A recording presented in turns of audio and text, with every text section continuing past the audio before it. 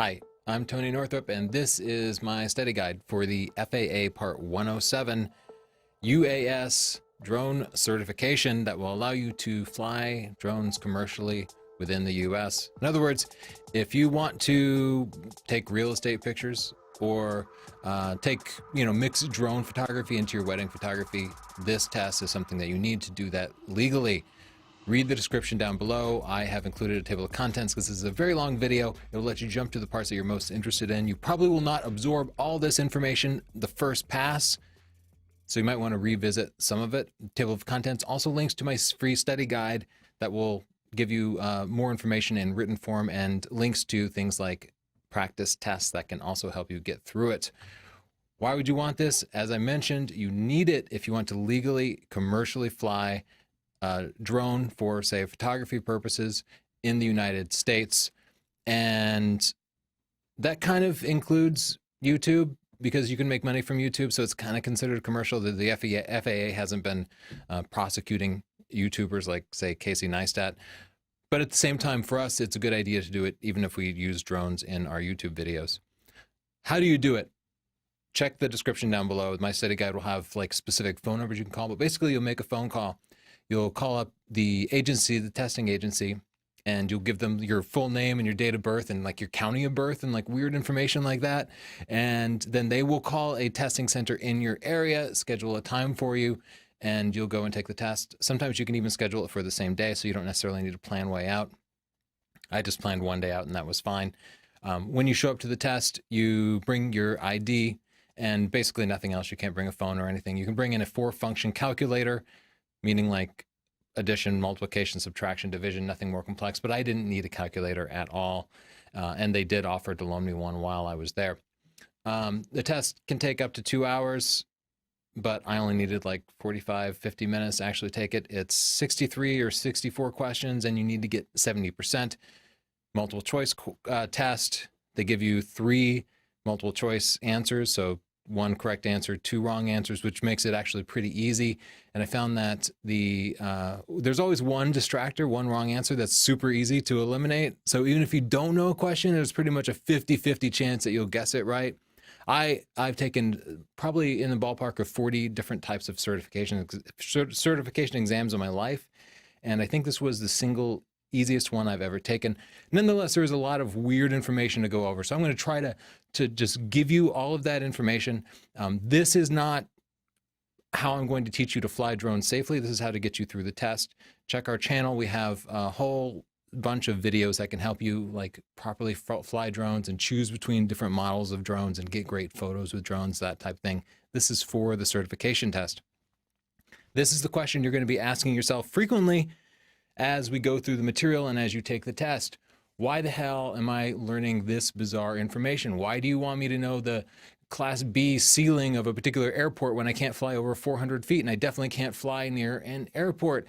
Why do I need to know how to read these bizarre 1950s weather reports when I could just open up a weather report on my phone and get way more detail? I know. I'm not the one making the test. I'm not the one saying that this is important for you. That's the FAA. But think of it this way. You get a glimpse into this long history that the FAA has of providing really safe air travel. It will give you an appreciation for what pilots go through and an appreciation of the greater airspace in the United States. You will be a pilot. You will be an airman. Granted, it's a remote pilot, but you will have a glimpse into that world, and it's fascinating and it's historic. I found the whole process fun. So you often think that this isn't that practical.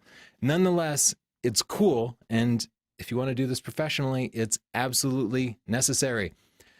If you want to actually learn how to fly a specific drone, visit this link, sdp.io/tutorials. We're putting up tutorials on how to like the mechanics of the drones and stuff. Again, this is different.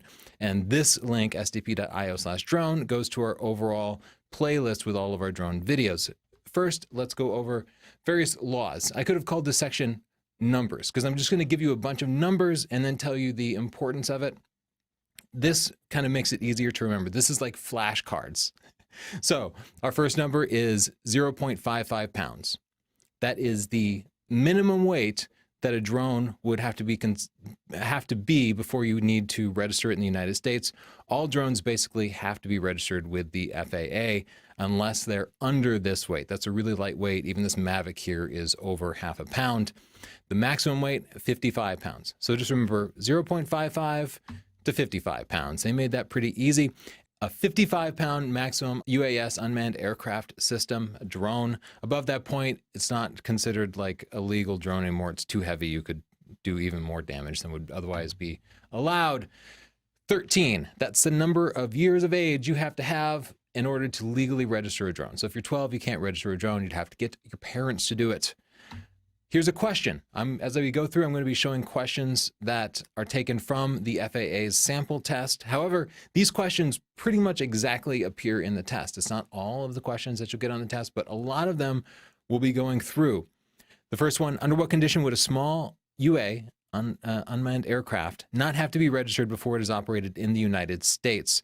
And the answer is A, when the aircraft weighs less than 50.55 pounds on takeoff, including everything, including the battery. So you might see an answer that tries to trick you, like they'll say 0.55 pounds without the battery. Of course, it includes everything.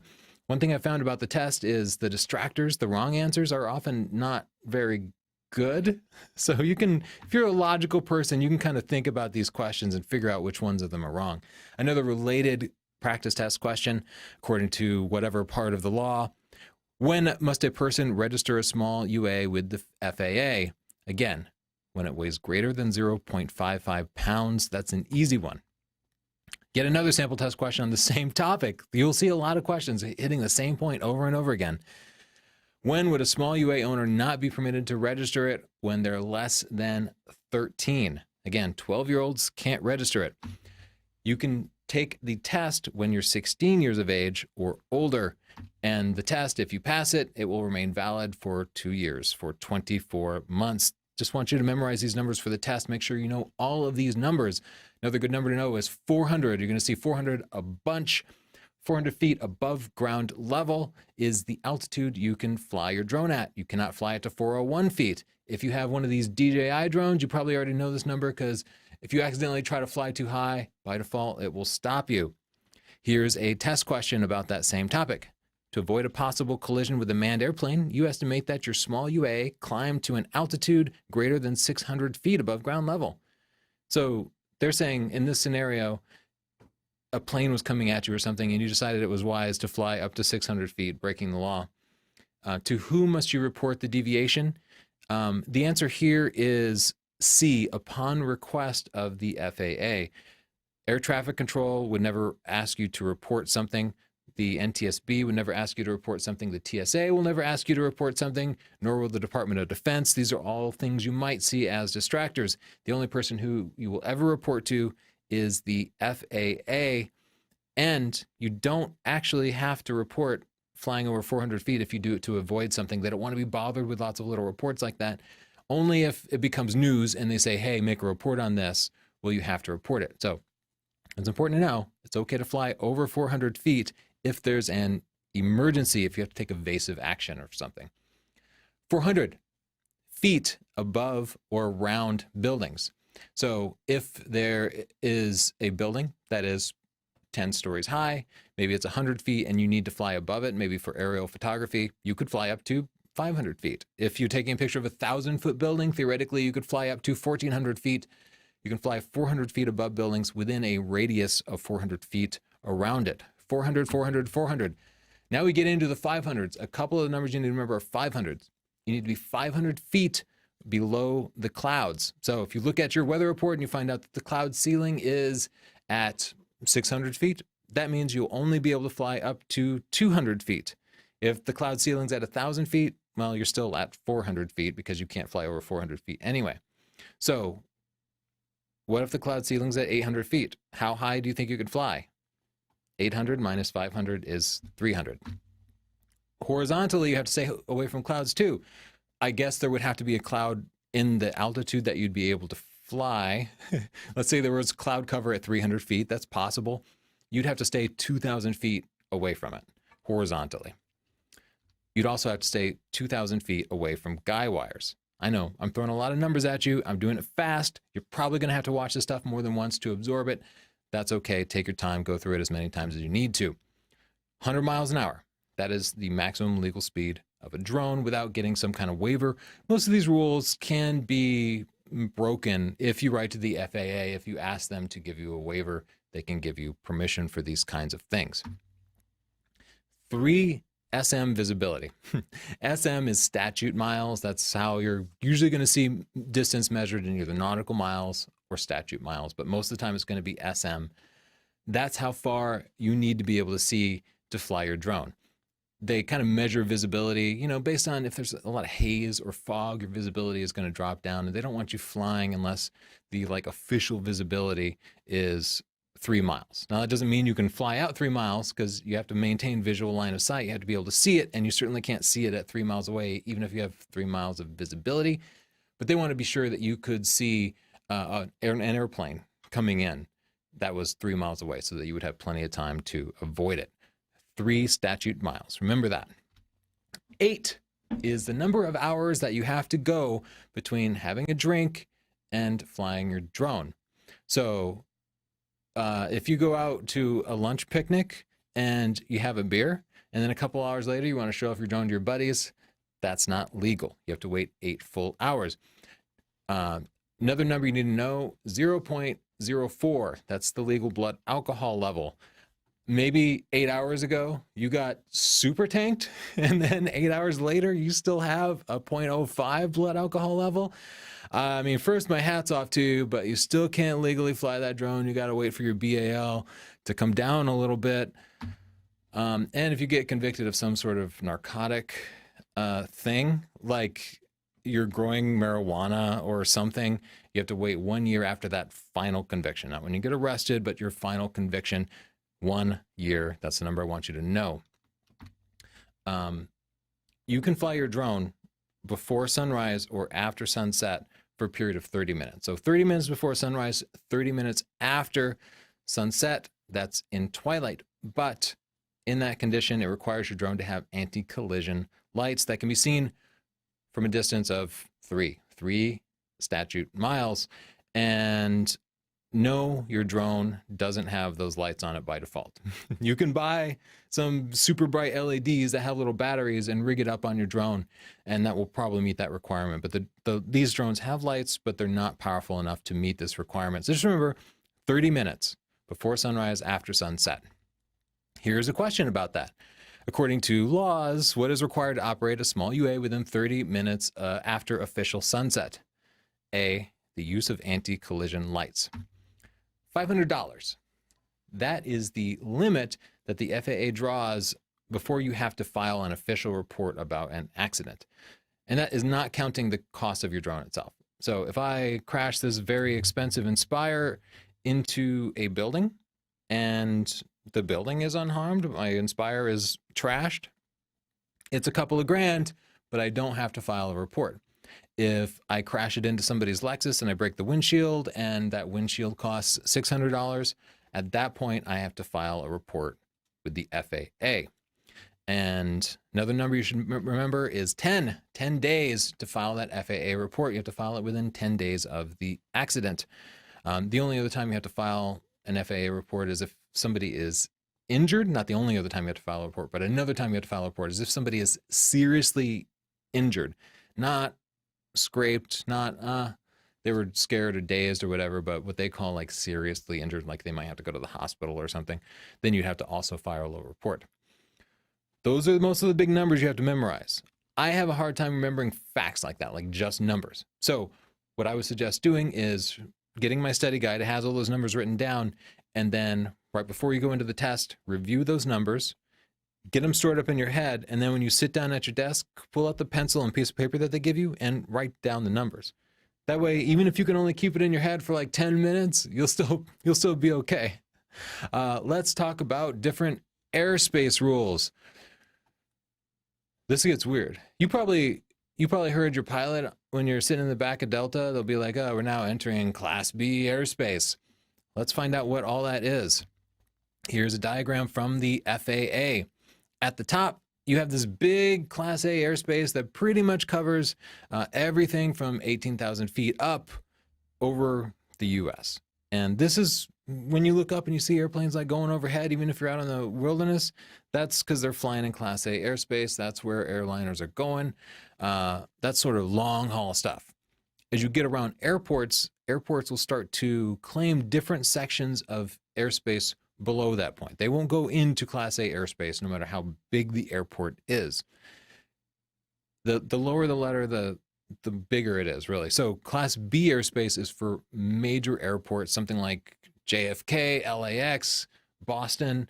These are Class B airspaces, and they call it an upside down wedding cake because it has these tiers that get smaller at the base. So this kind of makes sense, right? And think about how airplanes land. They start up high and then they come down. You want to be sure that that whole airspace is cleared so that other stuff isn't getting in the way of these airplanes.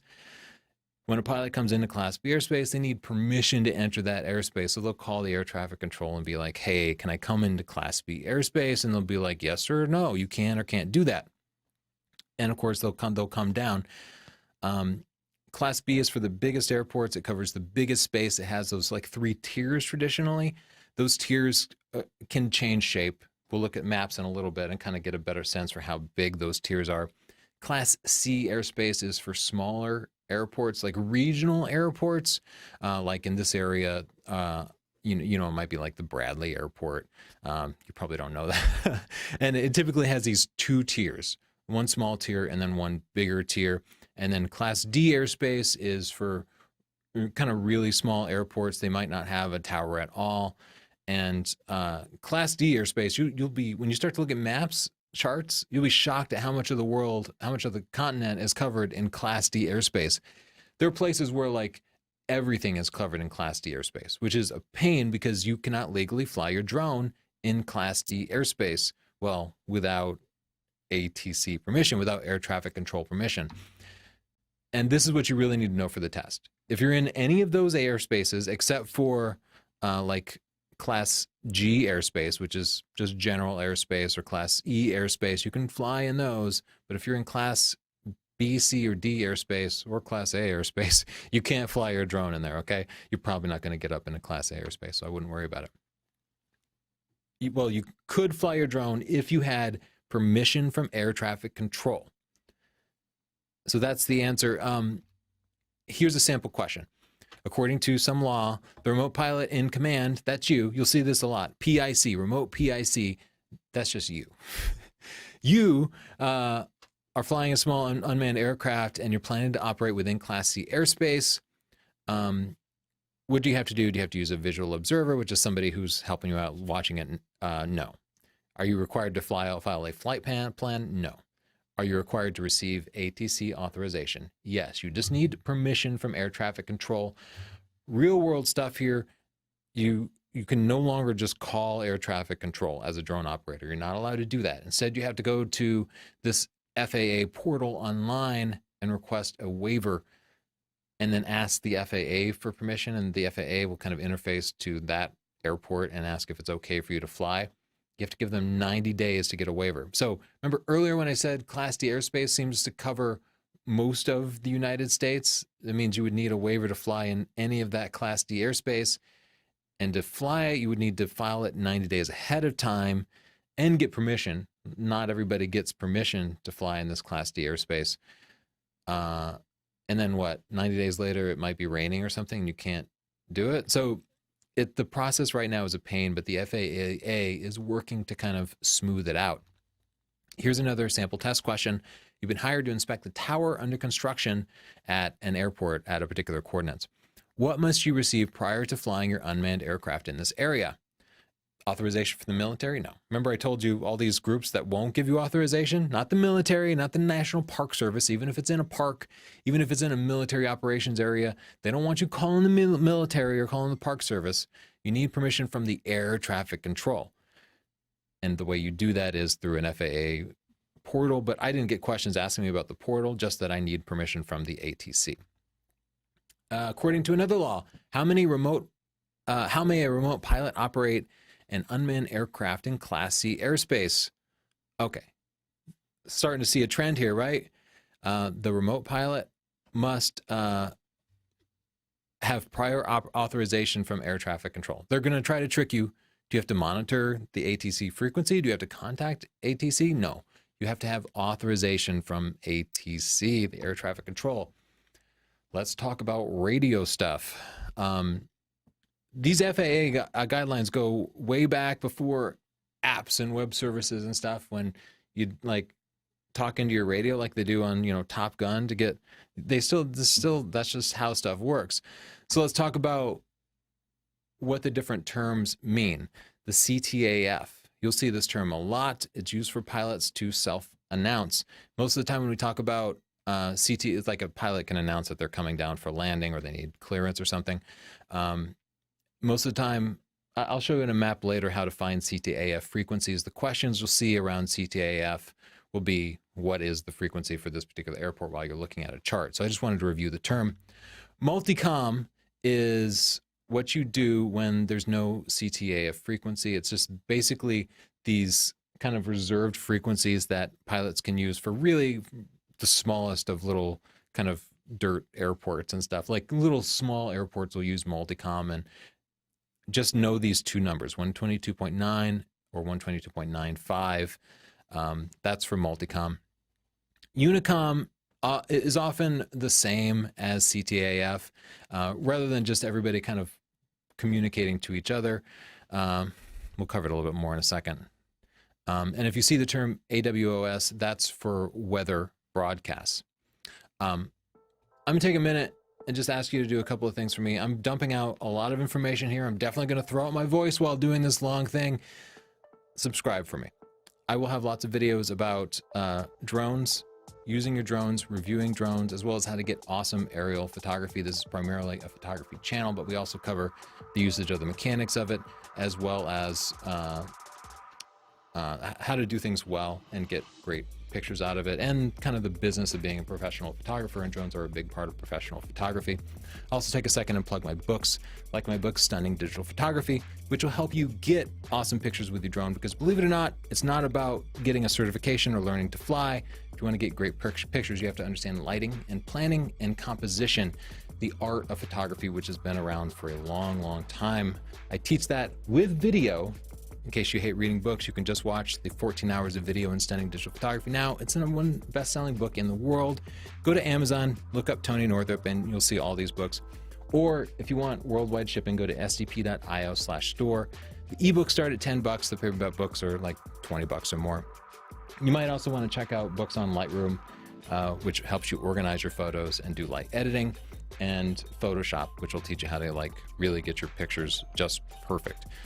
That's important. Even if you're doing realtor photography or some other type of commercial photography, you're going to need to know those things. Let's talk about radio talk. You've heard it, because I know you're like me. You've watched Top Gun like 17 times, and they talk like this. So you're familiar with it. Like they won't say just I'm on frequency 129. No, they'll say 129er. You need to be able to recognize these for the test. I had a question kind of covering these things. So the FAA wants you to be able to listen to the air traffic control and be able to communicate with them, even though you're not allowed to call them. They want you to know this. So I'm going to quickly go over their fancy ways to say every letter. You've probably heard these, like Alpha, Bravo, Charlie, Delta. That's A, B, C, D. The reason they do this is they need to be crystal clear when they communicate on kind of old-timey radios, which might have static. Like these are analog radios, which can have some kind of interference. So if you just say, I'm on ABCD, did you say like D or B? You know what I mean? It can be hard to understand. But if you say Bravo and Delta, there's no doubt which of those two words you said. So it adds clarity. And you don't need to be able to talk perfectly in this pilot language, but you do need to be able to recognize the real and fake words. So you may see on the test, Alpha Betty. It's not Betty, it's Bravo. So I'm just going to read these to you, and that's probably going to be enough for you to recognize the words that are valid and are not valid. Remember, Niner, Alpha Bravo, Charlie Delta, Echo Foxtrot, Golf Hotel. India Juliet Kilo Lima. Mike November Oscar Papa. Quebec Romeo Sierra Tango. Uniform Victor Whiskey X-ray. And the last two, Yankee and Zulu. You'll hear a lot of these in movies, and they will usually pick the coolest sounding one. So they'll say Zulu a lot and Victor a lot because those are cool sounding words. They'll say whiskey a lot too. You won't ever hear them really say Quebec. Quebec just doesn't sound as cool as like Alpha Tango Whiskey Foxtrot. Okay, let's talk a little bit about physics, because the FAA wants you to know the basics of, mostly like plane physics handling. And this is one of those times when you're going to be asking yourself, what the hell is this about? Why do they want me to know about the stall speed of a fixed wing aircraft when I'm flying a quadcopter? They just do. Okay, so let's talk about stalls. Plane's going along and it's loses speed, or if it pitches up too fast and it doesn't have enough speed, it stalls, and suddenly it loses lift and it will just flop down like that. Stalls are bad. The key thing you need to know about stalling is it happens when the plane exceeds the critical angle of attack. If there's something impacting the plane that would make the situation worse, like maybe you're banking heavily or something, it's going to increase your stall speed. I just wanted to point that out because it sounds a little counterintuitive. Like, it sounds like increasing your stall speed is a good thing, but that means that instead of, you stall when you're going too slow. So instead of having your stall speed at 100 miles an hour, if you increase your stall speed, it means you'll actually stall at 150 miles an hour. So increasing your stall speed makes things more dangerous. Here's a question related to that topic. A stall occurs when the smooth airflow over the unmanned airplane's wing is disrupted and the lift degenerates rapidly. This is caused when the wing exceeds its critical angle of attack. Now, there's a lot of information just in that question, and this tells you a lot about what the FAA wants you to understand in this test. Like, they could have just said what causes a stall, but they put all this information in the question itself about lift degenerating because they just want you to appreciate the complexity of airplanes and how everything works. There's unnecessary information in that question that tells you something. The load factor is basically how much pressure is on an airplane. Now, if it's in a heavy bank, of course, that's adding some G's to it, right? You're putting more pressure on it. And they want you to understand that. It increases during turns, and that can cause the plane to do some erratic stuff. You might exceed the load factor for the airplane if you have a bunch of weight on it and you're banking heavily, something like that. It's not likely to happen in a quadcopter scenario, especially because you're not really adding extra weight to most quadcopters, nor are you kind of banking like that. But they want you to understand that and be able to calculate the load factor on mostly fixed wing aircraft. So you'll see this little chart here, and if you get a question about it, they'll show this chart to you, and then they'll also show you an index that says, say, a bank angle of 60 degrees will give you a load factor of 2. What this means is, well, let's look at a sample question about this. When operating an unmanned airplane, the remote pilot should consider the load factor on the wings. Consider that the load factor on the wings may be increased anytime the center of gravity is shifted rearward to the aft CG limit, the airplane is subjected to maneuvers other than straight and level flight, or the gross weight is reduced. So this is one of those questions where you can easily eliminate one of them. Like, you know for sure reducing the weight of an airplane isn't going to increase the load factor. Like, even if you don't know anything about this, you could figure that out just by reading the question. So when you're in doubt, read things through carefully. In this case, the load factor is increased by any sort of maneuvers. Another question, if an unmanned airplane weighs 33 pounds, what approximate weight would the airplane structure be required to support during a 30-degree banked turn while maintaining altitude? A lot of information there. The key numbers are the airplane weighs 33 pounds and a 30-degree banked angle. So let's go back to our chart here. And as we go back to the chart, so you'll look at 30 degrees and you'll go up here and you'll see it's at like 1.1. And there'll be a chart too, so you won't have to use this visual diagram. You'll multiply 33 times 1.1, and that will get you to about 38 pounds. You know, it would have to be like 1.5 to get to 47 or something less than 1.1 to get to 34. This is like the one time you might need that little 4-function calculator, but depending on how good you are at math, it might be easier than that. The center of gravity. Of course, we all have a center of gravity. If the center of gravity is way at the back, everything like leans back. If the center of gravity is way forward, everything kind of leans forward. Planes have a center of gravity too, and how, depending on that center of gravity, where it's positioned, it might cause the plane to lean back or to lean forward.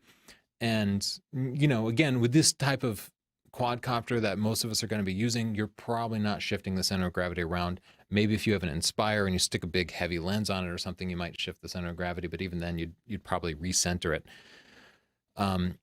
Changing the center of gravity beyond the limits that the plane was designed for will negatively impact the handling and maneuverability, and that's what you should know. And that information about the allowable center of gravity, whether it can be so much farther forward or so much further aft, that is supposed to be defined in like the UAS flight manual. This is stuff that doesn't exist except in FAA theory. Now, I have never seen any drone manual that says anything about center of gravity, but it exists in the FAA universe, and they want to test you on that. So here's a sample question. To ensure that the unmanned aircraft center of gravity limits are not exceeded, follow the aircraft loading instructions specified in the aircraft weight and balance handbook. That doesn't exist. No, it's the pilot's operating handbook or UAS flight manual. Now, you might be looking at those answers being like, I haven't seen the UAS flight manual. Again, doesn't exist. Fine. Okay, sectional charts. Man, hit pause, get yourself a cup of coffee or something, because these sectional charts are going to blow your mind. If you love great design, this might make you want to drink.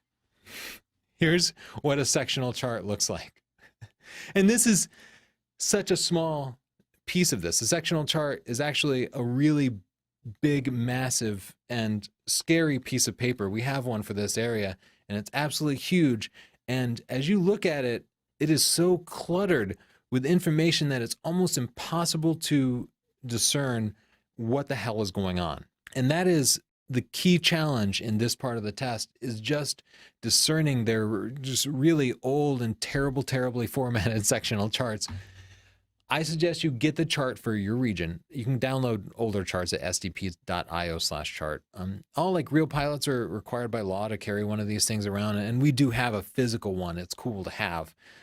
You can just pretty much go on and buy one on Amazon or something, or stop by an airport in your area. They'll probably be able to sell you one. First of all, these sectional charts have a legend. And when you're taking the test, they will give you the legend. The legend tells you just about everything you need to know to get all those sectional chart questions correct. This is great news, because understanding these charts is a freaking nightmare and requires you to memorize lots of stuff, except you don't have to memorize it because of the legend. So let's look at the first part of the legend here. As we look at this, you can see they're telling you lots of things. They're showing you some diagrams of the airports here. They're telling you what, like, circle on an H, it's a heliport. And they're also telling you what, this is something you're more likely to see on the test, is the airport data. So over each airport, there's going to be a little diagram that has some of this information, not necessarily all of this information. They don't put it there for everything, including like the code for the airport and the frequency for the airport. Look, if you're wondering what Unicom is, they might ask you what the Unicom frequency for an airport is. The legend will tell you Unicom and then point to an arrow that shows you the right number. So you might be feeling overwhelmed when the test asks you to find the Unicom for an airport. take a deep breath, look at the legend, and then just match it up. So you don't necessarily have to remember which of that mess of numbers is the Unicom. All of those different numbers are explained in the legend, so you don't have to memorize that. Here's another part of the legend. For example, this legend tells us that the blue lines here indicate Class B airspace, the magenta lines indicate Class C airspace, and then the dotted blue lines, Class D airspace. They tell you what the number in the box means. That's the ceiling of the Class D airspace. You can see Class E airspace for really small airports is in like this dashed magenta here. All those crazy lines, if you're wondering what they mean, come back to the legend. If you forget the difference between blue and magenta, as any person would, come back to the legend and you can see. There's a whole section here on the different towers and exactly what that means. You can see that they even tell you that this first number here actually means above sea level, while the second number in parentheses means above ground level. So even if you forget everything I taught you about charts and you get there, take some time and look at the legend and just refresh your memory. Let's take a look at what airspace looks like on a chart, how these, what they call sectional charts. I would call them maps, they call them sectional charts. Airspace indicates. Okay, so this is kind of my local area here, and the Groton Airport is here. And if you're wondering about the airspace, look, there's a dashed blue line right through here. And maybe you've already forgotten whether a dashed blue line is B, C, or D. Again, go up to your legend here, and here you'll see a dashed blue line is Class D airspace. See? You don't have to know anything about the chart. You can already figure this stuff out once you know how to piece it together. What frequency do you need if you want to contact the Groton Airport and you're in an airplane and you have a radio and you're not flying a drone because it wouldn't be legal, but they'll want you to know how to do this? Well, it's going to be the 125.6, but if you were confused about that, again, you could just look at it. What does the number 25 in the box mean there? See number 25 in a box? If you're not sure what that means, go back, look at the legend again, and you'll see, like, they have an example here, number in a box. That's the ceiling of the Class D airspace in hundreds of feet. So the number 25 in a box, that means the ceiling of the Class D airspace is 2,500 feet. The top of it. Meaning if you were a private pilot in like a manned airplane, you could be cruising along at 2,600 feet and not have to call in for permission to enter. That's what that number means. I know these charts are overwhelming, but I promise if you take it and you look at tiny small pieces of the chart and you refer to the legend, you can make sense out of it. Even full-blown pilots with many years of experience are frustrated and confused by the maps. So if it feels overwhelming, I get it. This is the Boston area, Logan Airport. And what you'll see here are concentric blue circles. Remember when I showed you that chart of the upside down wedding cake? That's what these are indicating, the different altitudes of the Class B airspace around Logan. You'll see some numbers here, 70 over 30. This is the upper and lower limit of the Class B airspace. It's not 70 feet and 30 feet. No, the FAA has decided to drop 2 zeros from the numbers. So 70 means 7,000, 30 means 3,000. They often do this, and so they will never drop 3 zeros or 1 zero. They will always drop 2 zeros if they're dropping zeros. It is a weird standard that you don't really see in other places on the planet. Like they could drop 3 zeros and put a K there and call it like 7K over 3K, and that would make sense to most humans. But the FAA has their own kind of way of doing this, and it's worked out great for a long, long time. If you look closely at this, you can actually see a little diagram of what the runways look like at Boston Airport. And you can see that, oh, there are some little mountains here. If you were to look really closely, you could see the exact elevation of these different peaks. All the information is there. The hard part is weeding out the information you need from the stuff you don't necessarily need. Here's a super close-up of those numbers. And this is how you need to think about the charts. You need to look really close. When you get this close, it can start to make sense and not be overwhelming. Here's a question from their practice test, but it's just like you'll see on the real test. What is the floor of the Savannah Class C airspace at the shelf area, the outer circle? And then they're going to give you three numbers, 1,300 feet. And in this particular question, you'll probably see maybe it'll be 25 over 13. 25 would be the ceiling of the Class C airspace, and 13 would be the floor of the Class C airspace. Because remember, it's like a tier. It's floating out there. These numbers are always above sea level, which is MSL, not AGL, which is above ground level. If you have a hard time remembering if it's sea level or ground level, well, the legend tells you that, so you can refer back to that. You can also think back to the history of the FAA, because the FAA was founded before like proper computers and electronics and GPS and stuff. So somebody in an airplane, they could have an altimeter, which would use barometric pressure to kind of determine what their altitude was based on the air pressure. But of course, that altimeter would only know above sea level. It wouldn't be able to tell if you were flying over a mountain or something. So modern GPS could figure out above ground level, but these older airplanes could only determine sea level. So of course, they're going to write on the charts the altitude above sea level. So right away, you can eliminate AGL. And then you just have to look, does it say 13 for 1,300 or 17 for 1,700? Let's look at another close-up. This is an extreme close-up of a red flag. That red flag is important on the map. That indicates a VFR checkpoint. VFR stands for Visual Flight Rules. This is like a little beacon that pilots could use during navigation. Again, kind of heralds back to days before complicated GPS and stuff. What they want you to know about these red flags is planes might use them as beacons, and therefore there might be more planes in this area. The planes probably aren't going to be flying below 400 feet, but they want you to know this because they're really concerned about drones flying into airplanes. Here's another super, super close-up of a tiny, tiny section of a map. I just wanted to show, in this particular example, you can see 41 over SFC. This means the ceiling of the airspace is 4,100 feet. You want to add two zeros, and then SFC stands for surface. You can see a little map of the airport there. Look, that little dot, it's got a tower. So you can see exactly which direction the runways are pointing in, and there's lots of information about like the nearby peaks, that kind of thing. Let's take a look at another close-up here. Well, we do have a tower here, and you can see it even says the name of it.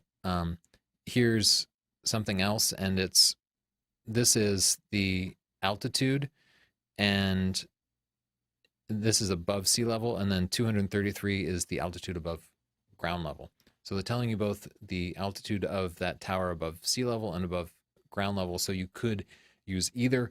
You could also subtract those two numbers and figure out what the altitude of the ground level was at that particular point. It would be 513 minus 233. So what is that, like 280 would be the altitude. Those don't have the two zeros there. That tower is not at, 51,000 feet. Here's another interesting marking. See the little parachute dude there?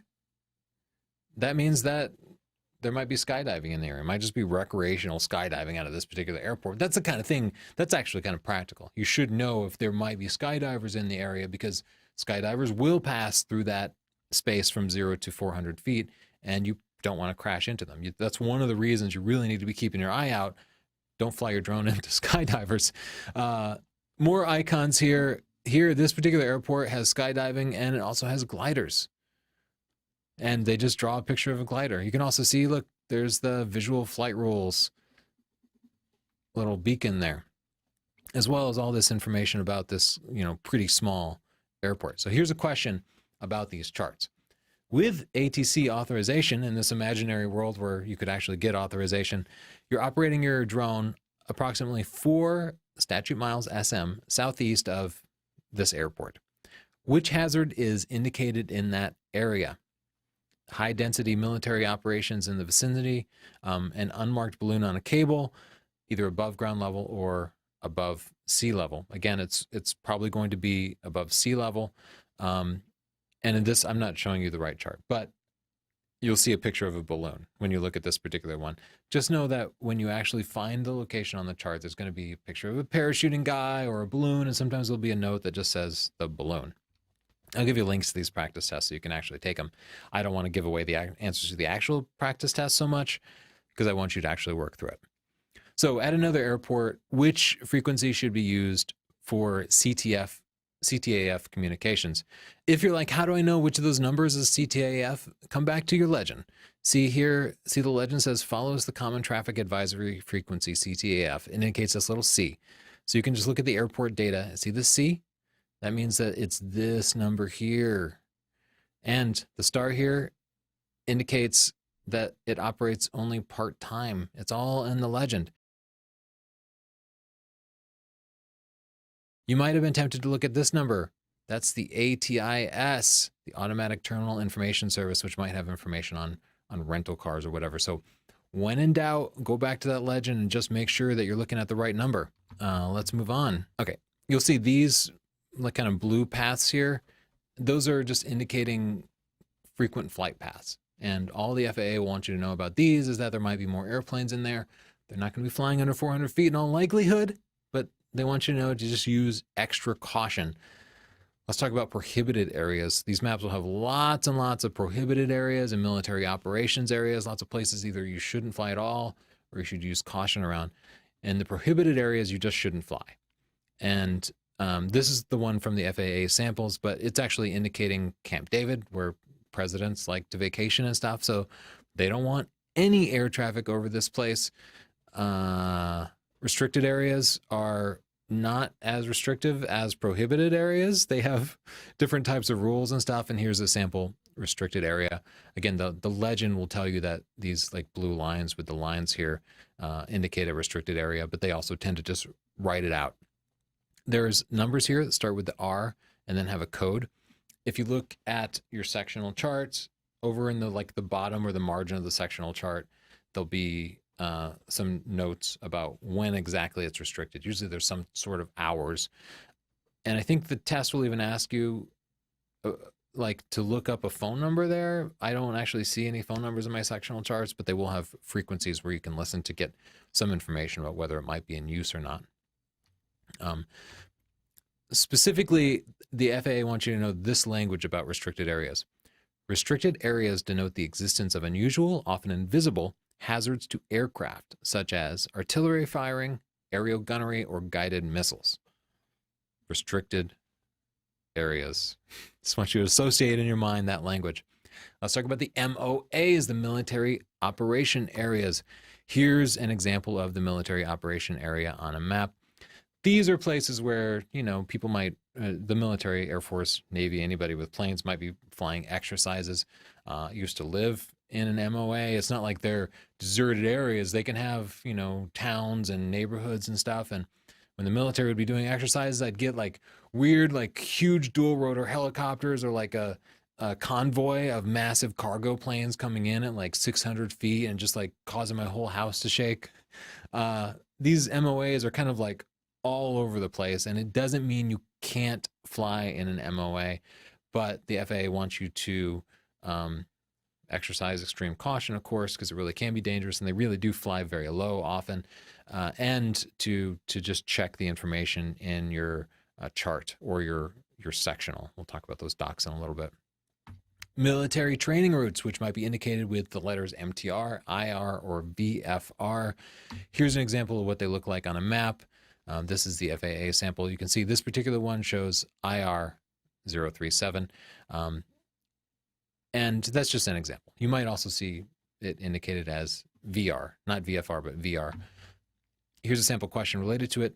The chart shows a gray line with VR 1667, VR 1617, etc. Could this area present a hazard to the operations of a small UA, unmanned aircraft? In in general, they're not going to present you a question and the answer be like, no, you're fine, just do whatever. They're always going to present hazardous situations. So right away, we could pretty much eliminate no as an answer, even if we had no idea what it was talking about.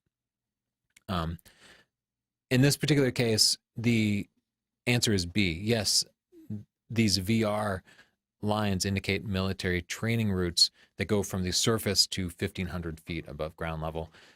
We know it's 1,500 feet because it's a 4-digit code. You probably won't need to know that in the test. Either way, it goes down to ground level, and that indicates that planes really might be flying under 400 feet, so it really could be an issue for you. Let's talk about the difference between latitude and longitude. You're going to nail this because you went to the 3rd grade, so you probably already do know this, but if you forgot, latitude goes north and south, like climbing a ladder. Longitude goes east and west around the Earth. It's long because the Earth is kind of fat because it spins and stuff spins to the outside a little bit. Latitude, north and south. Longitude, east and west. You need to know that, and you need to be able to find specific latitudes and longitudes on a map, on their sectional charts, on their crazy sectional charts. Again, it can be difficult for your eyes to actually find the latitude and longitude numbers. So I'm showing this close-up of one section of a sectional chart that shows a latitude and longitude over the ocean, so there wouldn't be so much clutter. But you can see 41 degrees. Do you think this is indicating latitude or longitude? The answer is latitude, because this is indicating how far north it is of the equator, 41 degrees north of the equator. So what do you think, if we were to scroll up a little bit, what do you think would be up there? Would it be 40 or 42? The answer is it would be 42, because 0 latitude is on the equator, and then the numbers go up from there. All the examples are going to be in the northern hemisphere in all likelihood. 70 degrees here, that's indicating the longitude east and west, 70 degrees west of like Greenwich probably. And so as we go west, as we go to the left, those numbers will increase. So the next one to the left would be 71.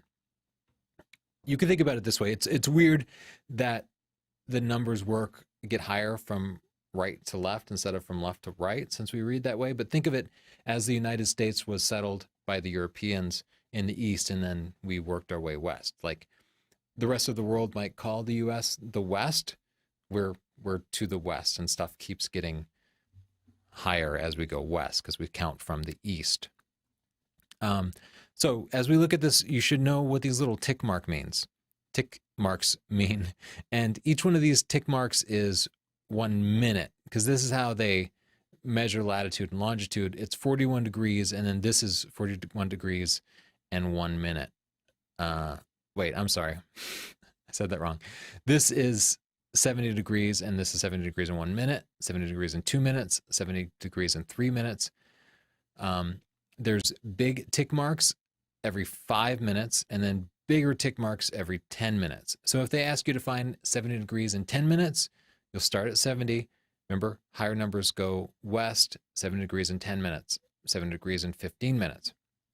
What if they ask you to find 40 degrees and 58 minutes latitude?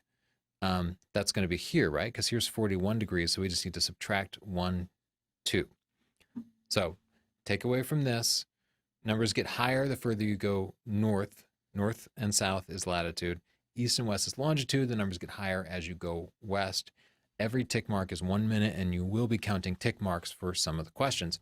Here's one sample question. Which airport is located at 47, whatever? They'll give you some coordinates like this, and you'll have to be able to go to the map and find that specific airport by just counting. Another question. What is the line of latitude at area 4 measure? You should know when you look at the sectional maps, they refer to areas just for the sake of the question. And so there'll be like a number 4 in a circle or a number 3 in a circle. And that makes stuff much easier to find. Because otherwise, if you don't know that trick, you'll look for the Chattanooga airport and you could spend 20 minutes trying to find some little spot. As soon as you know where the areas numbers are, it makes it much easier.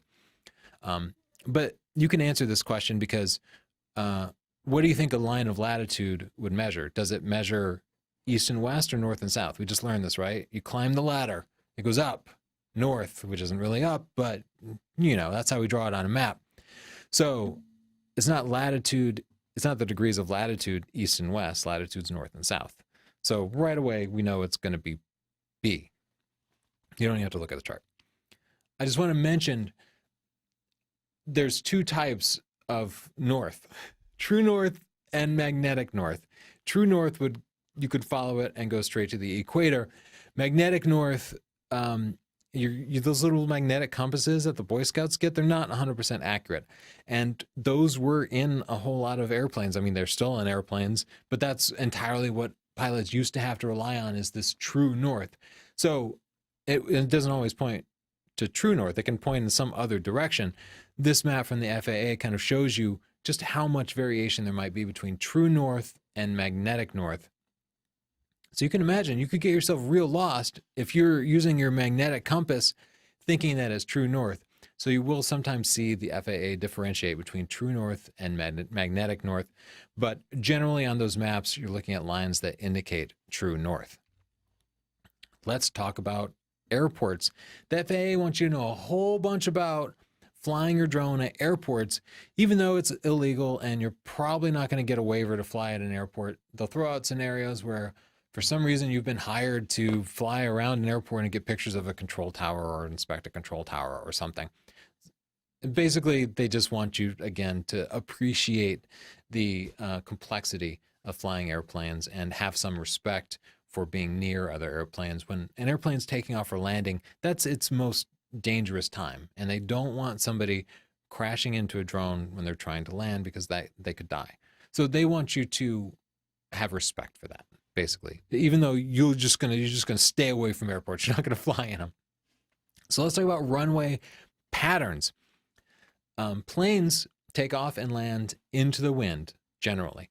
You can think about airspeed, right? Like if a plane were on the ground facing into 200-mile-an-hour winds, it could just put its flaps down and just take right off, because it's that wind coming at it that's going to generate lift, not the actual movement of the plane relative to the ground. So if you have a headwind, it means you can take off at a lower relative ground speed. Birds do this too. Birds will almost always take off into the wind if they have the opportunity, because it makes things easier. Likewise, landing into the wind is easier because you can maintain a certain amount of lift with a lower ground speed. So just remember, planes take off and land into the wind, and airports are usually, or runways are usually aligned so that you'll be doing that into whatever the prominent wind direction is.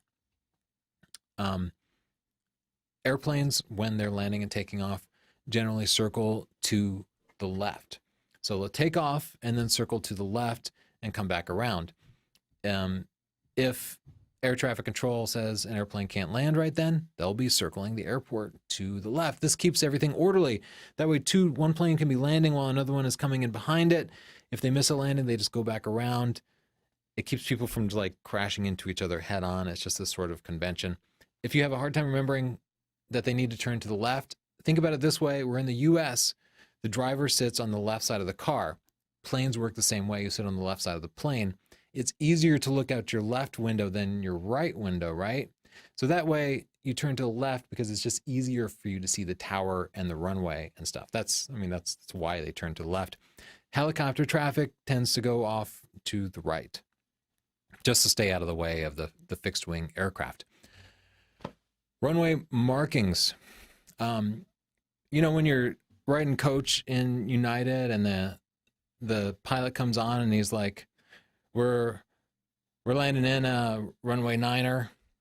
What he's saying is he's landing in runway 9, but that number indicates the compass direction of the runway. So runway 9 is oriented 90 degrees. 0 degrees is north, 90 degrees is directly east, 180 is directly south, and then 270 is directly west. But they drop 10. So runway 27. Which direction do you think runway 27 is facing? It's west, right? Runway 18 is facing south. Whatever airport you're at, that's how it works.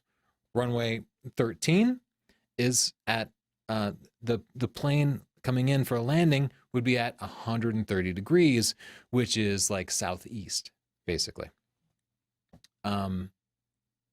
Let that sink in a little bit. Look at your sectional charts, figure out what's going on.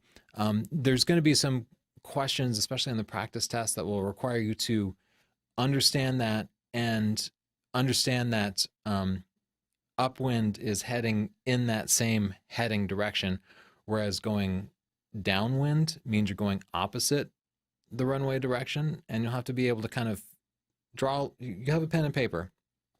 You have to be able to kind of draw a 130-degree runway and figure out what direction you're heading when you're downwind and left of the runway, that kind of thing. It's useful to be able to do that. If your mind works that way, that can be a pretty easy thing for you. If not, it could be a challenge. Definitely know your compass headings. 0 is north. East is 90 degrees. South is 180 degrees. West is 270 degrees. Here's a sample question. While monitoring some runway CTAF, you hear an aircraft announce that they're midfield left downwind to runway 13. You can see why you might want to draw this out, right? Where would the aircraft be relative to the runway? I didn't actually get one of these questions on the test. They're on the practice test. They're pretty confusing and completely impractical, since you're probably not going to be flying at a runway. But think of it one step at a time. Runway 13. What is the heading of runway 13? 130 degrees, right? And then on a compass, what direction would that be? 130 degrees, well, 90 degrees is directly east, which is this way on a video camera that's opposite my natural. So 90 degrees is here, 180 is here, so 130 is somewhere in between. It's going to be southeast. So if the plane were heading upwind, they'd be heading 130 degrees. They're heading downwind, so they're heading 360 minus, they're 360 degrees on a compass, 360 minus 130 degrees, which puts them at 230 degrees. So they're going, instead of going southeast, they're going northwest. So now we know the plane is going northwest. Okay, so let's just map this out so we can keep ourselves sane. 180 degrees is south. 0 degrees is north. I'm a photographer, so I'm using Photoshop for this. East is at 90 degrees, and then west is at 270 degrees. The runway is 13, so it's headed 130 degrees like this. Okay, these are my awesome drawing skills. So runway 13 is headed this direction, and the wind is, we know people are landing going from up here to down here, which means the wind itself is going in this direction, right? Because you always land upwind. So the question itself says that the plane is midfield left downwind. We know the plane is midfield left downwind, so it's midfield, so it's in this area somewhere, and to the left of the runway it's going to be relative to facing upwind. So you're facing this way, which means your left is over here and your right is over here. So now we know that the airplane is like right about here. And sorry about my drawing. And the question asks, where would the aircraft be relative to the runway? The aircraft is east. I mean, it could be northeast, but north isn't the option because that would be confusing. So it's actually northeast, but if anything, the aircraft is east. The theory that they want you to know is, like, you might be flying around where you're theoretically listening to this runway chatter.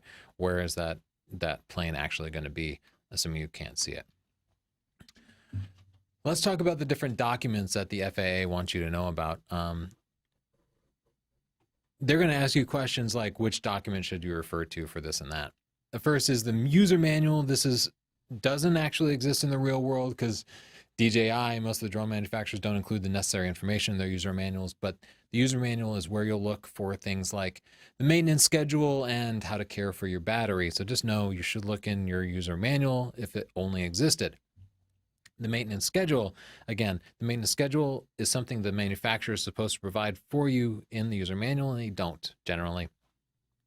If they don't provide a maintenance schedule for you, you're supposed to make one for yourself, even though most of these drones aren't really user serviceable. So pretty much you just use them and then send them back when they break or throw them out. They're not really maintainable. That's real world stuff though. The test is not necessarily testing that, it's testing theory. So under what conditions should the operator of a small drone establish a scheduled maintenance protocol? You have to establish it yourself when the manufacturer does not provide a maintenance schedule.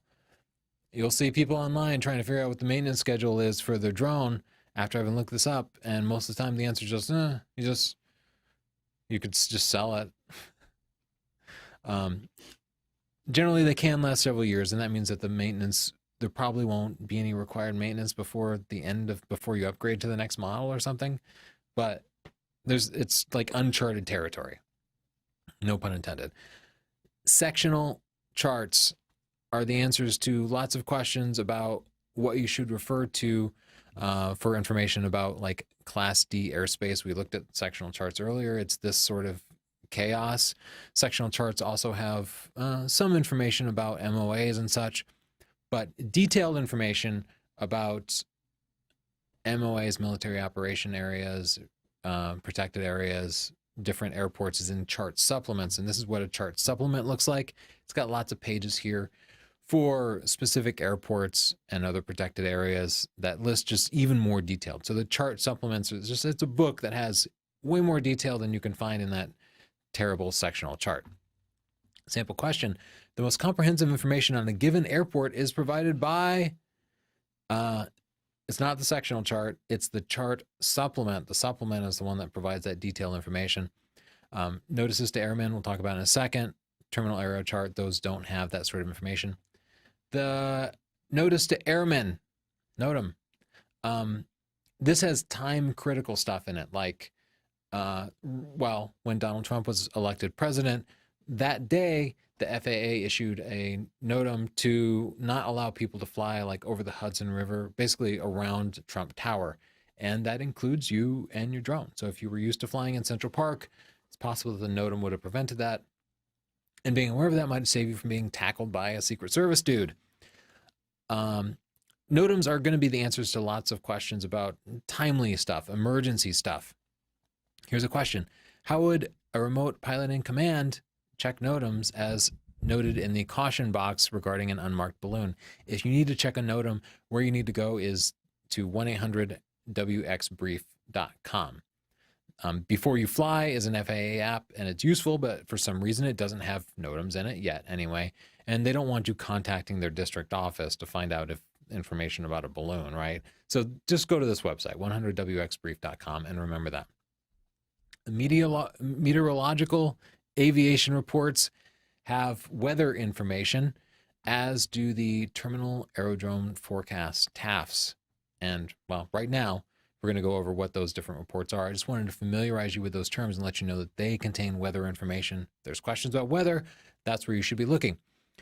METAR looks like this. This is what a METAR report looks like. Oh my God, right?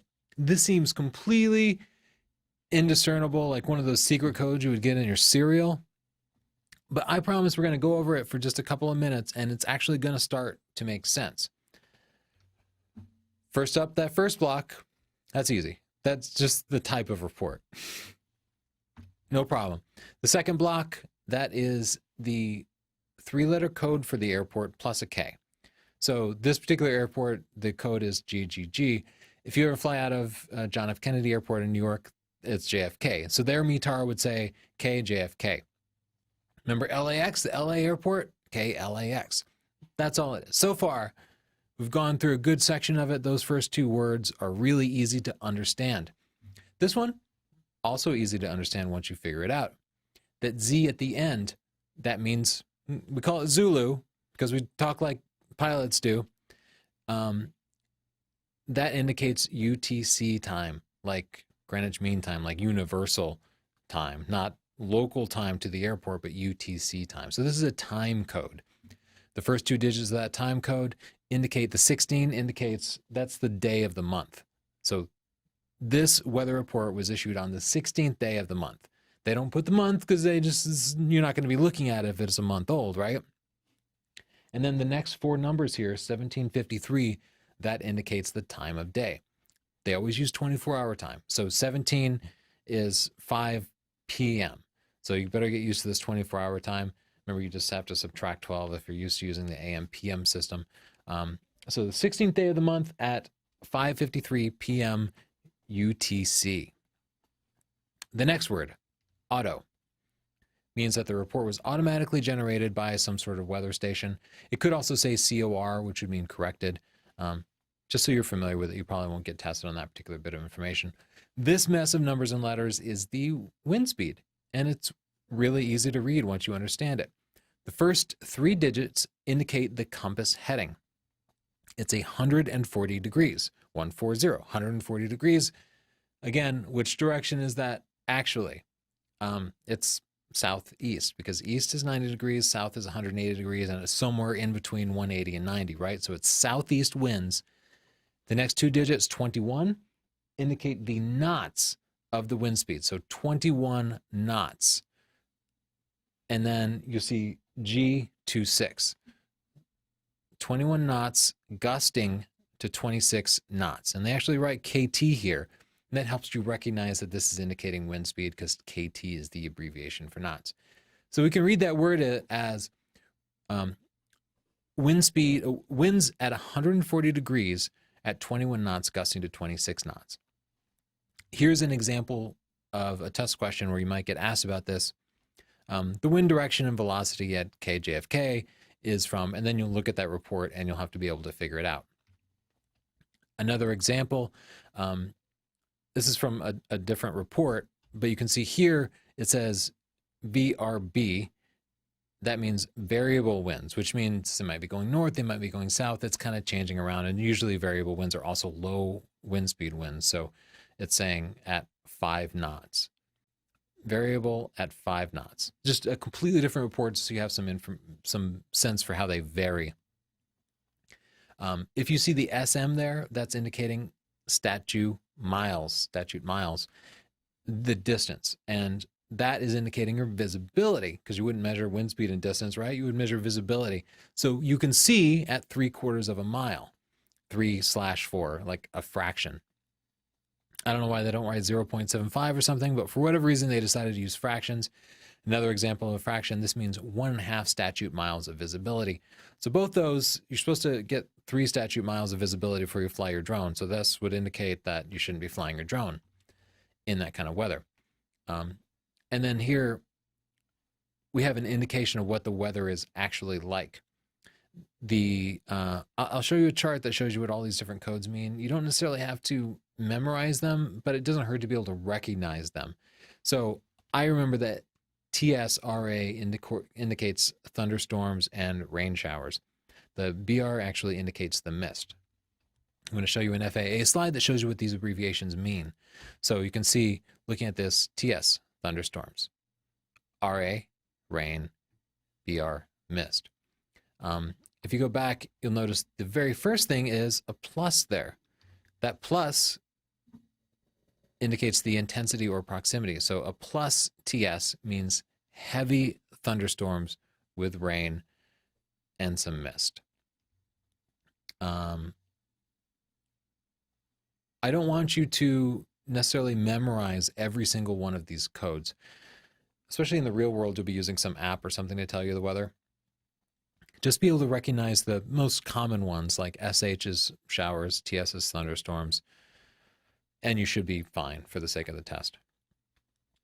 This next section indicates the cloud cover. And just like earlier, they're indicating altitude by dropping 2 zeros off of it. So this BKN means broken clouds, and then we're going to add 2 zeros to this number, 800, broken clouds at 800 feet. This means overcast overcast clouds at 1,200 feet. There's a 0 in there. 1, 2, add 2 zeros, 1,200 feet. The CB means cumulonimbus clouds, like those big puffy clouds. So they're indicating the type of cloud. And then the last digits here, this chart shows you what those different codes mean. BKN, broken. OVC is overcast. You might see scattered or few clouds, or you might see them saying clear skies, etc. This last section here indicates the temperature and dew point in Celsius. I know every other measurement has been in like feet and miles, but now we're switching over to Celsius. It's indicating the temperature is 18 degrees Celsius and the dew point is 17 degrees Celsius. The dew point is important to understand because you might, get like precipitation, water forming on your wings, stuff like that. So that's why they need to know that. If those are within 3 degrees, that indicates like a higher chance of like water forming on your plane, conditions that you might need to be concerned about. Whew. There might be more information in there, like RMK is indicating remarks, but you probably won't be tested on it. I just kind of wanted to cover the core stuff that's in those reports. So here's a question about the METARs. They'll show you a METAR and ask you what the current conditions are for that particular airport. You'll look at the airport code and have to look at the METAR and figure out which of multiple METARs applies to that particular airport. You'll just be looking for, in this case, KMDW, and then you'll have to be able to discern all of that. Remember, they add 2 zeros. So like 2 of these, like this one is clearly distracting you, trying to confuse you by thinking that the number 7 indicates 7,000 feet when you know they add 2 zeros, so it means 700 feet. And then beyond that, you just need to figure out whether it says 1.5 or 2 SM, and you can figure out which of those 2 answers is correct. The TAF reports, terminal aerodrome forecasts, are formatted very similar to METAR. So once you figure out the METAR reports, you can pretty much read the TAF reports, but they both suck to look at. It's like, unless you're a computer. The report starts with TAF. That indicates that it's a TAF report. So again, that part is easy. The next is the airport code, KPIR. In this case, again, all airport codes in these reports start with a K and then the 3-digit airport code. What does this mean? It's got a Z at the end, right? Remember what the Z means at the end? Zulu, UTC time. So we know that this is a time code. They use this weird format where the first 2 digits indicate the day of the month. So the 11th day of the month, and then 11:30. It's under 12, so that means 11:30 a.m. Look at this. That's when the report was generated. So the 11th day of the month at 11:30 a.m. UTC. And then the next phrasing indicates how long the TAF is valid for. This is telling us the weather, and then, hey, this report is good for this period of time. It's the beginning and end of the period of time that the TAF is valid for. So the 11th day of the month to the 12th day of the month. That's what this number means here. The 11th day of the month to the 12th day of the month, beginning and ending period, at 12 o'clock to 12 o'clock, 1,200 hours to 1,200 hours. So basically noon on the 11th to noon on the 12th. We know it's good for 24 hours, this particular one. Tempo means that what follows next is going to be, the following conditions are going to be kind of temporary, kind of transient. And then you'll see the period of time that the following conditions are valid for. So now we're kind of moving, we already established when it's going to start. Now we're saying, hey, we're temporarily going to see these things on the 11th day of the month from 12 to 1,400 hours. So from noon to 2 p.m. Visibility is 5 SM. Whenever you see SM, that's statute miles, that's indicating visibility. Remember what BR meant from earlier? Mist, there'll be some mist. From, FM is from 3 o'clock. Now we're moving on to like a different time. From 1,500 hours from 3 o'clock.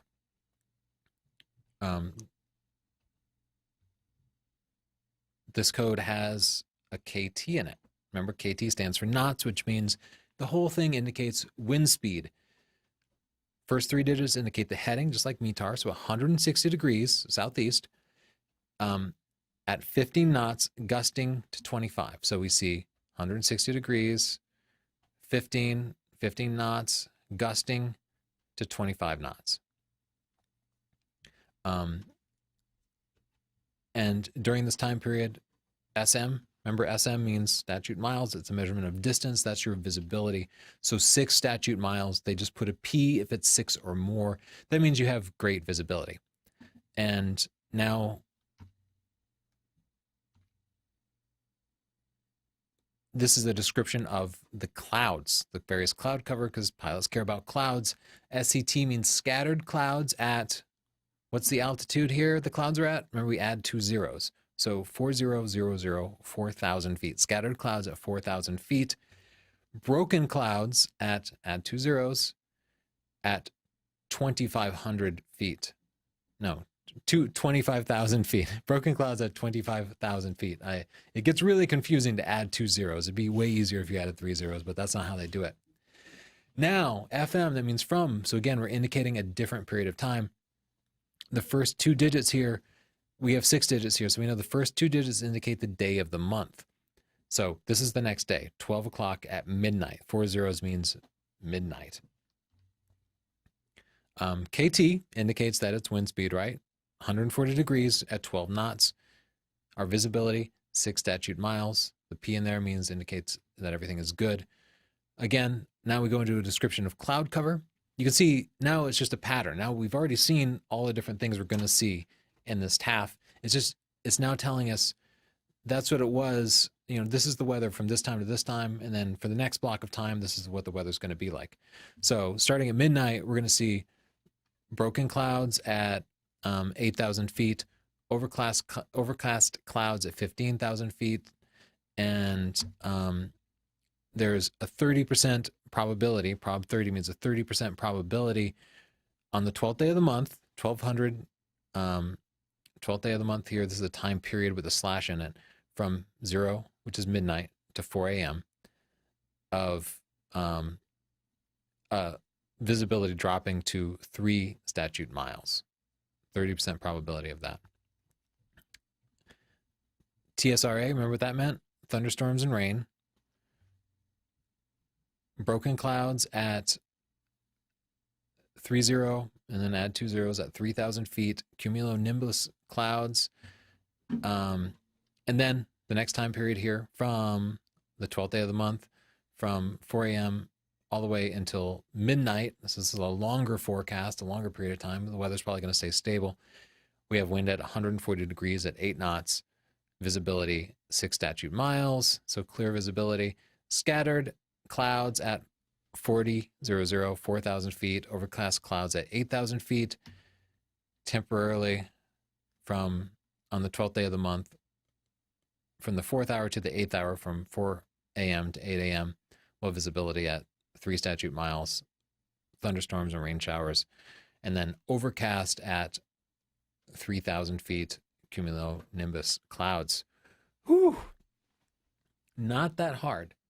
Not when you first look at it, it looks like it could never make sense to you. But I promise when you figure out just a couple of key things, you realize it's just repeating patterns. It makes sense. They actually label KT means knots, means wind speed. Times with a slash indicate a time period starting with the day of the month and then the hour.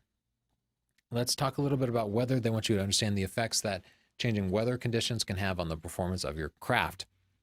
You're going to see the term density altitude. Density altitude indicates, well, at higher altitudes, air is less dense. Most people know that. That's why when you get an airplane, the cabin has to be pressurized. So high altitudes have a low density of air. Low altitudes have a high density of air. They'll use the terms low density altitude to mean the density at low altitudes. And the term high density altitude means the density at high altitudes. So what do you think the performance of your prop is going to be at really high altitudes? Do you think it's going to have better performance at high altitudes where the air is thin, or worse performance? It's going to have worse performance, right? That's why you can't just fly your drone straight up into space, because at some point it would get high enough where the air would be so thin that it couldn't spin fast enough and it couldn't get enough lift. Air gets thinner, performance gets worse at high density altitudes. Here's a question about that. What effect does high density altitude have on the efficiency of a drone propeller? Drone efficiency is decreased, like I just told you. Easy, right? They want you to know the term fronts. You know how the weather guy will say, like, oh, there's a cold front coming in, there's a warm front coming in. What that actually means is there's a bunch of cold air hitting a bunch of warm air, and that division is considered a front. For weather fronts divide weather patterns. Wind shears are sudden drastic changes in wind speed, and they can happen in different wind conditions. But what I want you to know is that wind shears can happen at any altitude. They don't just happen on the ground. They don't just happen at higher altitudes. They can happen anywhere, and they can be dangerous. Now, as long as the wind shear, in practice, as long as the wind shear doesn't exceed the maximum speed of your drone and the drone has GPS and stuff, it's probably just going to hold mostly steady, maybe waver a little bit. But if the wind shear does exceed the maximum speed of your drone, it could get pushed beyond where you expect it to be. It could just suddenly take a jump 500 feet east, something like that. Structural icing is ice forming on the wings or the plane or something and actually like becoming part of the structure. It's scary. It's not something that you want. It can happen in a couple of conditions. You need some sort of water, some sort of precipitation, like it's raining or you're flying through a cloud, which you shouldn't be doing either of those, but they still want you to know about it. And it needs to be cold, like below freezing, so 0 degrees Celsius, where water freezes, or colder. Let's talk about the life cycle of a thunderstorm. You probably won't ever want to fly in a thunderstorm. It's scary, but they want you to know some information about it. Those big cumulus clouds, big puffy clouds, those can become thunderclouds. Not all cumulus clouds become thunderclouds, but all thunderclouds start life as a cumulus clouds pretty much. The cumulus lifestyle, or the thundercloud lifestyle, starts with a cumulus cloud. It moves into the maturing stage and then ends in the dissipating stage. 3 stages of the thundercloud. The mature stage is the most dangerous and intense. Clearly don't want to fly in that. I just want you to know that the mature stage is the dangerous one. Cumulus cloud, not dangerous. It's obvious, right? Thunderclouds are dangerous. The dissipating stage is when it starts to disappear. And during the dissipating stage, you can see downdrafts start to occur. So I want you to know about that. Humidity drastically affects several different aspects of flying a drone. First, humidity makes air hazier. As photographers, we already know this. So it reduces your visibility, but it also makes the air a little bit heavier, which can actually make the efficiency of your drone a little bit better. Unstable air tends to be hot and humid. So hot and humid air will be the most unstable. It kind of makes sense, right? Like when you heat stuff up, it starts to move around a little bit more, so you could expect that. Turbulence is caused in air that is unstable and showery. I just want you to associate those terms. It seems obvious, right? Unstable air would lead to turbulence. Here's a question about that. What are characteristics of a moist, unstable air mass? Would you expect it to be smooth? No, you would expect turbulence, because I just told you unstable means turbulence. Turbulence and showery precipitation. It's confusing because moist air will reduce visibility and would create haze. You would never see smoke, you might see fog. And humid air can also be smooth air, but the key here is that they say unstable air. So that's why you know it's going to be turbulent air. Stable air, because it will often be heavy air, it'll have a lot of humidity in it, the visibility can be poor. And it can also result in a steady rain rather than like rain coming down in sheets and varying a lot. It can just be like a nice drizzle. Here's a question about that. What are the characteristics of stable air? Again, we might see, it probably wouldn't be good visibility because the humid air is going to be nice and stable. So it's going to be poor visibility and steady precipitation. Nimbus clouds are those big, heavy clouds. I kind of covered that already. Stratus are those high, wispy clouds. I just want you to know those terms. Let's talk about your team. The FAA doesn't want you to operate necessarily as an individual pilot, even though you can. They want you to consider the fact that you might have other people on your team. One of the team members you'll see referred to as a visual observer. Visual observer is not operating the controls. They're just watching the drone and looking out for obstacles. It's actually a good idea to have a visual observer.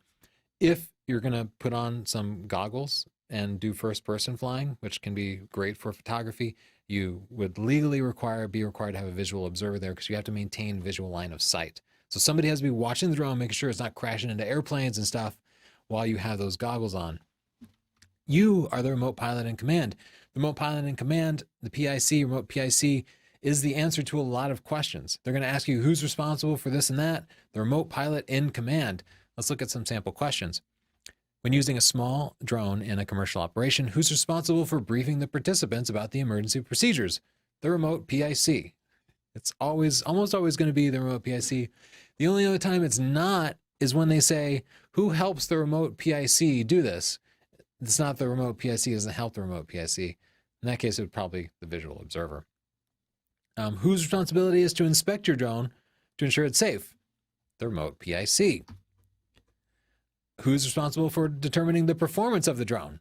The remote PIC. They're asking these because they want you to acknowledge that you are taking responsibility for everything as the remote PIC. I just want you to know the term crew resource management because this is the FAA's strategy for like keeping your team together and making sure that everybody's like sober and not roughhousing and causing problems and stuff. That's your job, again, is crew resource management. So crew resource management must be integrated into all phases of the flight, the planning phase, the actual flying phase, the maintenance phase, inspections phase. All of that involves crew resource management. Might be a question. Let's talk about risk and what the FAA wants you to know about it. They've identified a bunch of different risk factors. One that they're really concerned about is hyperventilation, and that's not something that I can imagine. Like a pilot of a manned plane pilot might get nervous and scared and start to breathe too fast. That's what hyperventilation is. You actually breathe too much. You get too much oxygen. It can make you lightheaded, make you dumb. Hyperventilating is breathing too much. So what do you think you should do if you're hyperventilating? Should you breathe faster? Should you get some exercise? No. You might see questions asking you about hyperventilation. Don't breathe more. Calm down. Recognize that hyperventilation is bad. Alcohol is bad when you're flying a drone. Other times it's generally great. But if you're going to be flying a drone in the future, alcohol is bad, and they want you to know that, despite the fact that every small airport I've been to always has like a bar like right there. Anyway, it seems like pilots love alcohol, and the FAA recognizes this, and they want you to know alcohol and flying drones should never intersect. What is true regarding the presence of alcohol within the human body? A small amount of alcohol increases vision acuity? Do you think that's the answer? No. The FAA is not going to ask you a question that indicates that alcohol gives you some sort of superpower. If they ask about alcohol, the answer is going to be whatever the worst case scenario is, right? And on this one, alcohol causes judgment and decision-making abilities to be adversely affected, even small amounts of alcohol. This is a super easy, obvious question. The FAA just wants you to go through the process saying, yes, I know alcohol makes stuff worse for me. If you're hungover, even if it's been 8 hours, if you're hungover, you're still under the influence of alcohol, and you shouldn't be operating any sort of aircraft, including an unmanned aircraft. Fatigue is also one of those things that's bad, like alcohol, and they want you to know that. You're a remote pilot for a co-op energy service provider. You're going to use your drone to inspect some power lines. But as you drive out there, you become fatigued. And is that good or bad? Fatigue is bad, right? So fatigue can be recognized easily by an experienced pilot. No, again, it's going to be, if it's something dangerous, the answer is going to be the worst case scenario, as fatigue can be recognized as being in an impaired state, not the ability to overcome your sleep deprivation. No, that would put you in greater risk. Let's talk about how to scan the sky for threats. You need to make sure planes don't come in and crash into your drone, right? So they want you to be looking out. They don't want you to be like continuously like scanning left and right. No, what they want you to do is look at this section of the sky, stare at it for a few seconds, make sure everything's clear. Then look at this section of the sky, stare at it. Then look at this section of the sky and stare at it. That's how you scan. You don't continually scan. You don't use your periphery. You look directly at a space in the sky. This is from the FAA chart. You can see 1, 2, 3, 4, not back and forth nonsense, but you just look at the different areas, stare at them, make sure that everything is clear. Look for movement, like look for planes and stuff. It's effective. It's a more effective way to scan. So what technique should a remote pilot use to scan for traffic? Systematically focus on different segments of the sky for short intervals. Now you know that. Let's talk about a bunch of personality traits that don't make for good pilots. These are personality traits that increase the risk of flying. One is macho. Macho people do things to prove that they're the best or to show off or something. So maybe I take my drone dangerously close to people's heads to show what an awesome pilot I am. That's machismo, and it could lead to people being hurt. Impulsivity is a lack of planning. It's somebody who does something without thinking about it too much. Like if I'm just like, it's snowing, I think I'll just take my drone out. And that's impulsive. What's the antidote to impulsivity? The FAA might ask you what the antidote to any of these conditions are. The antidote to impulsivity is proper planning, recognizing that planning is important. Some people feel like they're invulnerable. They say, it can't happen to me. So what's the antidote to invulnerability is it can happen to me. Just like acknowledging, yes, these risk factors are real. I'm not perfect. Bad things can happen to me. What's another personality trait they want you to know about is resignation.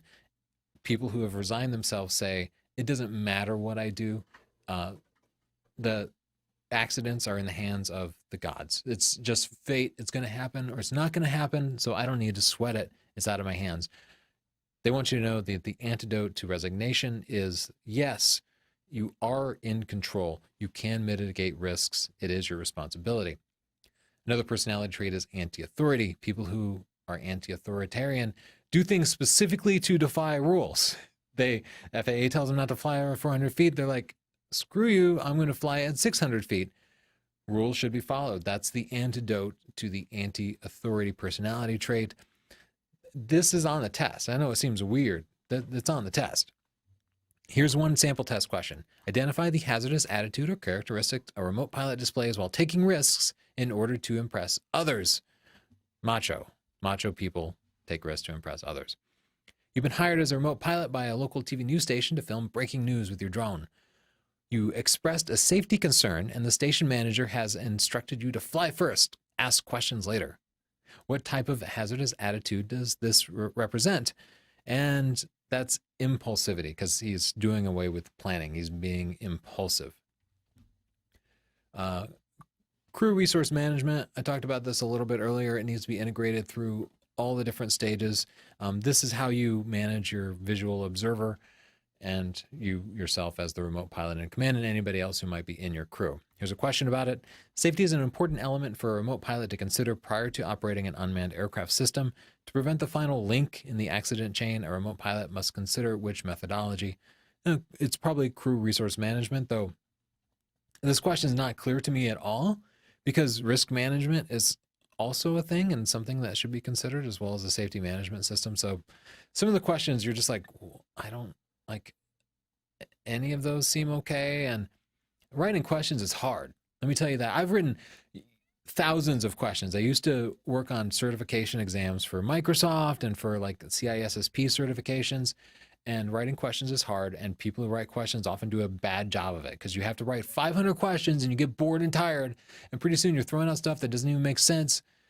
That's one of those questions that just doesn't make sense. So I'm sorry, you'll have to see that. When adapting crew resource management concepts to the operation of a small drone, CRM must be integrated into, and again, they don't want, it's all phases of the operation because they will always err on the side of being too safe. They're never going to say, you don't have to worry about crew resource management for this phase, right? Err on the side of being too safe. Another local TV station has hired you to fly their drone. They've had a bunch of near misses and a couple of accidents. What is a solution to this? So, of course, they're going to err on the side of the safest thing. You don't have to study this. It should be obvious to you if you have common sense. Is the answer the news station does not need to make changes? Sometimes accidents are just unavoidable? No, of course not. The answer is the news station should recognize hazardous attitudes and situations and develop standard operating procedures that emphasize safety. Anybody could get that question right without knowing anything about the test if you just had some common sense. That wraps up my cram. Now I'm going to give you a few tips for taking the test. I like to do things in two phases. I study. I bring as much information as I can into my long-term memory. But as I'm studying, I'll get a sense for what stuff I am not retaining properly. And I will write that down in a little personal study guide for myself, all the stuff I can't remember. And for that, I cram. And I will arrive at the testing facility usually about 30 minutes before I need to walk through the door. And in those 30 minutes, I will just be looking at those little facts and trying to get them in my head, at least into my short-term memory. Then when I get into the testing center, I will write down those facts on a piece of paper. That way, if I forget them at minute 35 or whatever, I can refer back to my notes. But you know what? By the time you actually write them down and everything, they're probably going to be in your long-term memory. That's a funny thing about cramming stuff into your head, is it kind of makes you retain it. So another thing is the process of elimination. These questions only have 3 answers. So 1 right answer, 2 distractors, which means if you have no idea what a question is, you still have a 33% chance that you're going to get it right. But there's always 1 really dumb answer. So on those questions, you will have a 50-50 chance of getting it right if you have no idea. So even if you're just guessing, you can get most of the questions right. That should be encouraging to you. The computer system will give you the option to answer the question, but there's a mark button. If you're unsure about something, mark it. Answer it. Give your best answer, but mark it, and you can come back later. Sometimes you'll see a later question that gives you, like, the information in the question itself will give you a clue about an earlier question, and you'll be able to circle back and figure it out, or maybe look at the legend and remember, like, oh. Anyway, I always review those marked questions afterwards. When I took my test, I got an 88 on it, and I had a lot of marked questions that I didn't feel 100% confident on. But I still managed to get 88%, which means even though I wasn't 100% sure about some of the rather vague questions, I still managed to get most of them right just by good guessing. And lastly, don't stress. If you fail, the FAA drags you out of there, beats you, and never lets you fly a drone again. No. If you fail, no big deal. 2 weeks later, you can take the test again. Yeah, you're out the $150 testing fee and whatever time you have to drive in, but it's not the end of the world. You just get to retake the test in 2 weeks. They don't publish you to a list of flunkies or publicly humiliate you or anything. It's not a big deal to fail the test. I passed it on the first time, and I bet you will too, because it's a pretty easy test. But anyway, don't sweat it too much. Just to remind you, go to scp.io/tutorials to find tutorials to help you actually fly your drone or to use your camera. Mostly they're camera tutorials, but we're adding new drone tutorials in there. Subscribe to the channel, please. That's what we get out of this. That's why this is free. We get subscribers. I hope you'll come back later, watch other videos, and maybe even buy some of our books, like my book, Stunning Digital Photography, which just teaches you how to take great pictures, whether using a smartphone, an SLR, or one of these flying camera things. They all have over 12 hours of videos in them, so if you hate books, you can just watch the videos. Or if you like books, you can read the book and watch the videos. That's the best way to learn. Ebook versions, which run on a tablet or your smartphone or your computer, only cost $10. Paperback books are cool. They include the free ebook, and they cost you about $20. I have books on photographic techniques, stunning digital photography, the #1 best-selling book in the world, photography book in the world. I'll revise that. Go to Amazon, you can look up reviews. It has like 1,800 reviews and awesome rating. I have books on Lightroom and Photoshop, which you will need as you're doing drone photography to make your pictures look the best. So those books will help you actually figure out how to use that software. And a book on photographic gear, things like camera lenses and stuff like that. You can get them all at Amazon. Search for my name, Tony Northup, or visit scp.io/store, where we ship worldwide. Thank you so much. I'll see you in the next video. Don't forget to subscribe. If you have questions, ask a comment down below. If you have tips, something I missed, something you found on the test, or something that was wrong, add a comment down below. I will compile any updates and put them in the description for people. Thanks. Bye.